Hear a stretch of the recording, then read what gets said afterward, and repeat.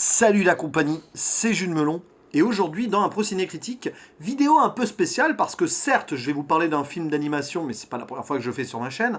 Sauf qu'ici, il s'agit d'un long métrage conclusif d'une série. Et donc, il faut à tout prix que je parle un petit peu de cette série, Neon Genesis ou Genesis Evangelion ou Evangelion, comme vous voulez, parce que ça se prononce un peu comme on veut. Moi, je le prononce Neon Genesis Evangelion ou Evangelion, comme vous voulez. Bref, pour la première fois, il faut quand même que j'aborde une thématique série avant de parler du film, puisque, bon, normalement, dans la Pro-Ciné Critique, je ne fais que les films, mais là, forcément, si vous n'avez pas vu la série avant, bon, vous pouvez regarder ce film d'animation, mais vous y perdrez pas mal d'intérêt et surtout de compréhension. Bon, déjà, que pour les fans de la série, ce film est un gros bordel psychologique, philosophique et de compréhension dans le sens général, vous imaginez bien que si vous débarquez là sans connaître la série avant, ça sera compliqué. Alors déjà, j'ai envie de dire, si vous avez Netflix, et si vous vous intéressez à l'animation japonaise ou à l'animation en général qui fait réfléchir un peu, et si vous ne connaissez pas Neon Genesis Evangelion, ça m'étonnerait, mais bon, on sait jamais, courez-y, la regardez, 24 épisodes, enfin 26 épisodes, mais bon, pour le film, vous avez besoin de voir les 24 premiers de moins d'une demi-heure, donc c'est assez vite regardé. Et en fait, donc, ce film, The End of Evangelion, sorti en 1997 et réalisé par le créateur de la série, Hideaki Anno, accompagné de Kazuya Maki, pardon. En plus, c'est bon les Maki. Bon, bref, je m'égare. Ce film est en fait une réécriture de la fin, des épisodes 25 et 26, qui avait été un petit peu bâclé pour beaucoup de gens, parce que problème de budget. Et donc, Hideaki Anno avait décidé de faire, on va dire, des épisodes très introspectifs en recyclant pas mal d'images. Et les fans avaient crié un petit peu à l'hérésie. Pourtant, moi, j'avais adoré cette fin-là parce qu'elle était complètement à contre-pied et hyper philosophique, intense, intelligente. Mais bon, n'empêche que ce film-là, je l'ai vu je l'ai vu en fait pour la première fois il y a 3-4 ans, je crois. Et je l'ai revu donc là pour l'occasion. Alors, avant d'attaquer le vif du sujet, petite appréciation sur cette série qui s'agit, en fait, la série Neon Genesis Evangelion, donc qui est préalable à ce film, est pour moi l'une de mes séries animées japonaises préférées. Et peut-être, enfin, largement même ma préférée. J'en ai pas regardé énormément, bon, il y en avait pas mal à l'époque du Club Dorothée et tout, mais cette série, je l'avais découverte sur Canal+, à l'époque. J'étais en terminale, du coup j'ai révisé ma philo avec, oui, parce que c'est une série, certes, mecha, avec des monstres, un petit peu kaiju et tout, mais aussi, donc SF, mais aussi très, très centrée sur l'être humain, et qui intègre donc dans son histoire pas mal de préceptes philosophiques, dont je ne vais pas forcément énumérer la liste ici, parce que je ne suis pas spécialiste. Je laisserai à la rigueur mes amis Artopolis et Romain Rimbaud apporter certaines précisions, parce que eux, ils sont plus, on va dire, connaisseurs de tout ce qui est psychanalyse et philosophie. Oui, il y a beaucoup de psychanalyse, il y a des thèmes très freudiens dans cette série. Bref, j'adore tout ça. Pour faire le résumé rapide, avant d'attaquer les spoilers et de la série et un peu du début du film, c'est l'histoire donc d'un Japon post-apocalyptique qui est de ce fait aujourd'hui uchronique, puisque dans cette réalité-là, en 2000, un cataclysme se passe, voilà, il est appelé le second impact, soi-disant une météorite qui se crache sur la Terre, mais en fait c'est un peu plus compliqué que ça. Et on se retrouve 15 ans après cette catastrophe, et on voit donc des jeunes enfants de 14 ans, japonais et pas que, enfin il y en a une qui est japonaise et allemande à la fois, qui sont sélectionnés pour construire des robots géants appelés les EVA, d'où le titre Évangélion, pour combattre des monstres qui arrivent sur Terre, on ne sait pas trop comment, des anges, voilà, c'est nommé comme ça, puisque la thématique de la religion est centrale aussi à cette série et donc à ce film. Et donc voilà, et puis au passage, en plus de ces bastons entre robots Eva, enfin c'est des robots organiques liés à l'être humain et tout, c'est très complexe. Et donc ces anges, forcément, on s'attache aussi aux personnages qui conduisent ces Eva, et on va rentrer dans leur passé, dans leur questionnement du présent et tout. Le héros central du film étant un jeune garçon qui s'appelle Shinji Ikari et qui est le fils du chef de la NERV, qui est en gros l'organisation japonaise qui s'occupe de gérer ses EVA et compagnie.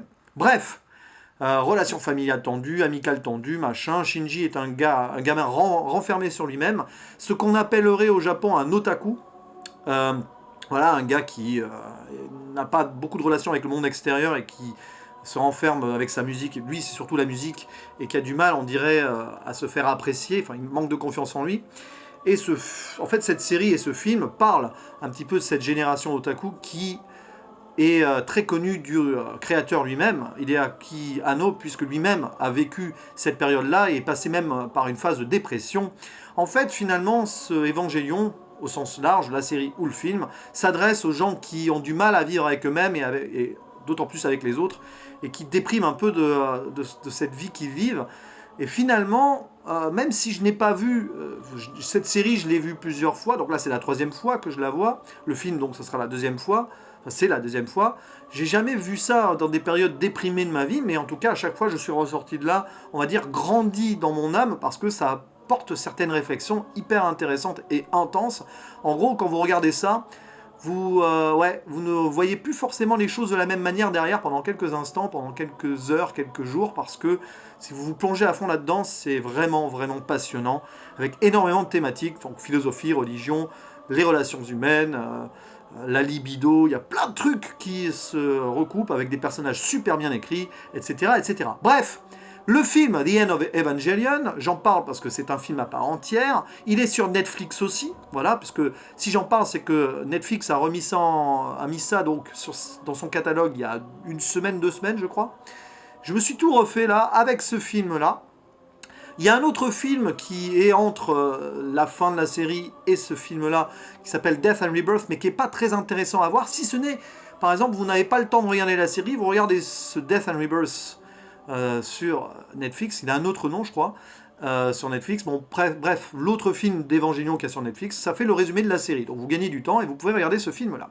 Et on se retrouve donc après l'épisode 24, où Shinji Ikari est totalement déprimé, ultimement abattu, parce que bah voilà, il a combattu à plusieurs anges, machin, tout ça, et puis à un moment il a dû tuer le dernier d'entre eux qui était arrivé sur Terre sous la forme d'un des enfants qui devait piloter une Eva, et il s'était fait ami avec cet enfant-là, qui s'appelait Kaoru, et d'avoir été obligé de le tuer alors qu'il était très proche de lui, voilà, il y avait une relation très sensible même entre les deux, ça l'a dévasté, déjà qu'il n'était pas super en forme avant. Et là donc c'est la fin pour lui psychologiquement, et en plus de cela, la Nerve donc au Japon est attaquée par on va dire le groupuscule supérieur mondial, organisation secrète de la ZELE. On ne sait pas trop qui sont ces gens, mais bon, en gros, eux, ils ont une priorité, c'est mettre la complémentarité de l'homme en marche, quoi, en utilisant visiblement les anges ou des Evas, on ne sait pas trop, pour en gros faire en sorte que le troisième impact, donc une nouvelle catastrophe arrive et reboot l'humanité. Voilà, carrément, en fait, ils veulent recréer un cataclysme pour repartir de zéro et recréer une nouvelle humanité. Oui, parce que, voilà, en gros, on apprend ici clairement que des hommes, en fait, c'est une grosse critique de la croyance ultime et aveugle. Ils croient qu'en gros, un dieu qui est peut-être l'homme lui-même, qui a créé donc les Evas à leur image. Donc en gros, c'est l'homme qui est devenu Dieu, et ils ont envie de reprendre possession de tout ça et de repartir à zéro pour créer une meilleure race et tout. Bon, c'est assez glauque et compliqué. Là, je résume, et je suis pas forcément dans le vrai non plus, parce que c'est plus subtil. Bref, ensuite tout ça, c'est l'apocalypse, ça canarde dans tous les sens, et le film est donc d'autant plus pessimiste que beaucoup de gens y passent. Et là aussi, d'ailleurs, ce film est séparé en deux parties, puisqu'en fait, c'est la relecture des épisodes 25 et 26. Concrètement, c'est la fin que Hideaki Anno voulait faire, mais il n'a pas pu la faire parce que pas assez d'argent, donc il a fait les épisodes d'avant qui avaient été décriés, là, très contemplatifs et introspectifs, philosophiques. Donc là, il a eu plus de moyens, 2 ans après, enfin un an après, je crois, à peu près, parce que la série s'est allée entre 95 et 96, et il a fait donc le film qui était pour lui sa vision ultime, avec beaucoup d'action, on va dire aussi, mais pas que, parce que si la première partie c'est de l'action, la deuxième partie, on redevient philosophique à mort. Bon là je vais pas spoiler ce qui s'y passe parce que je vais quand même vous laisser découvrir un petit peu, mais c'est absolument mindfuck ultime. Voilà, c'est la deuxième fois que je le vois, d'ailleurs je le vois enfin en VF, parce que j'adore la VF de Evangelion, j'adorais la première, bon là ils l'ont refaite pour Netflix et c'est une vraie réussite, avec notamment Donald Renew qui est revenu dans le rôle de Shinji. Et là c'est la première fois donc que je le vois en VF, parce qu'il n'y avait pas de VF à l'époque, enfin je l'avais vu en VO sous-titré, le film The End of Evangelion, il y a quelques années. Et là la VF super, hein, ça passe super bien, et franchement, Revoir donc ce film-là, et puis donc cette seconde partie où ça va super loin dans l'introspection. Clairement, dans ce final, en gros, Hideaki Anno nous interpelle en tant que spectateur, parce qu'on regarde voilà, ce qu'il advient de Shinji, qui clairement devient un petit peu celui qui va décider du sort de l'humanité. Il devient Dieu, en grosso modo. Le gars le plus... Celui qui manque le plus de confiance en lui, le gars qui a le plus de problèmes, plus de blessures familiales, amicales et sur son identité propre, va avoir ça entre les mains. Et ouais, l'humanité carrément est entre ses mains. Voilà, il y a un message clair là aussi. Et voilà, il se passe des trucs, clairement, avec notamment son ancienne copilote, on va dire ça comme ça, Rei Ayanami, qui a été plus ou moins créé, et ça on le sait avant la fin de la série, en mode clone par son père, et c'est une sorte de clone à l'image de sa mère, quoi. Donc, voilà. Bref, il y a une sorte d'affrontement ou de fusion, de complémentarité d'ailleurs, parce que la complémentarité de l'homme, n'est-ce pas cela au final? Et ça part dans des délires entre rêve, réalité, fantasme, dégoût de la vie, dépression ultime ou envie de se battre, espoir. Vous mélangez tout ça dans un gros shake-up et vous obtenez les 40 dernières minutes d'un film totalement improbable. Même David Lynch, Quentin Dupieux et Alejandro Jodorowsky ou Buñuel réunis n'auraient pas osé faire ça. On brise même le quatrième mur à un moment parce que ça interpelle tellement le spectateur que sur la fin, ça en est incroyablement... On ne sait pas trop où on habite. Et puis bah voilà quoi, je peux pas en dire plus, mais ce qui est certain, c'est que pour moi donc cet animé est l'un des meilleurs de l'histoire, la série, et ce film est extraordinaire. Je sais qu'il a été décrié, le film aussi, un petit peu comme les deux derniers épisodes de la série, introspectif, mais pour des raisons différentes. En gros, ça a jamais pu convaincre tout le monde.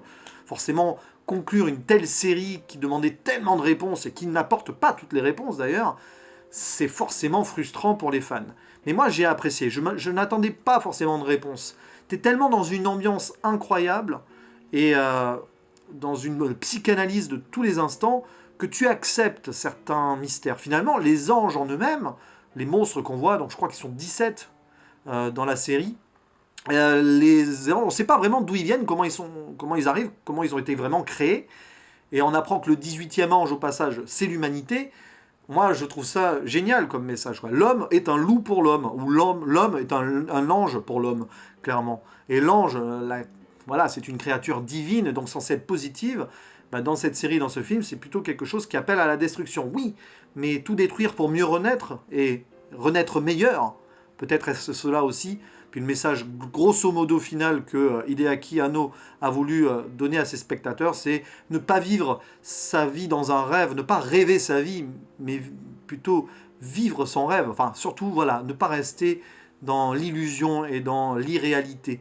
Et c'est ce qu'on a été, nous, dans l'irréalité, dans le rêve, dans la fiction, en regardant cette série. À la fin, il y a clairement un appel du pied au spectateur en disant, voilà, mon évangélion, ça se termine là, revenez sur Terre et vivez votre vie.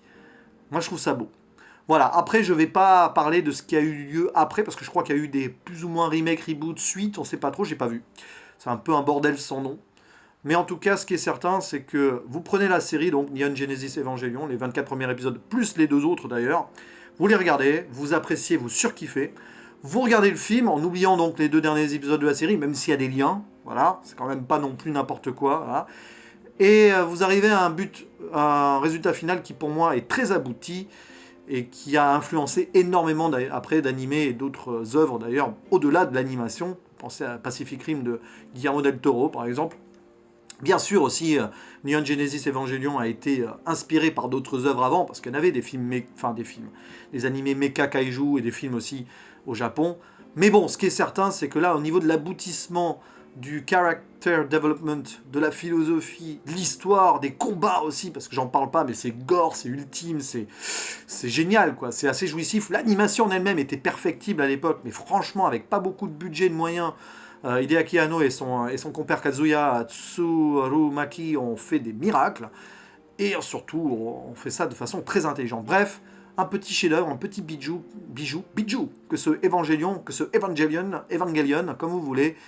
Et ça me remuera tout le temps le cœur et l'esprit quand je reverrai plus tard donc cette série et ce film, parce que voilà, c'est une partie de moi, clairement. Voilà. Quand tu découvres ça à 17 ans et que tu revois ça après, sur plus de 20 ans, du coup, bah, ça te reste, ça fait quelque chose. Voilà, je vous dis à la prochaine. Ciao.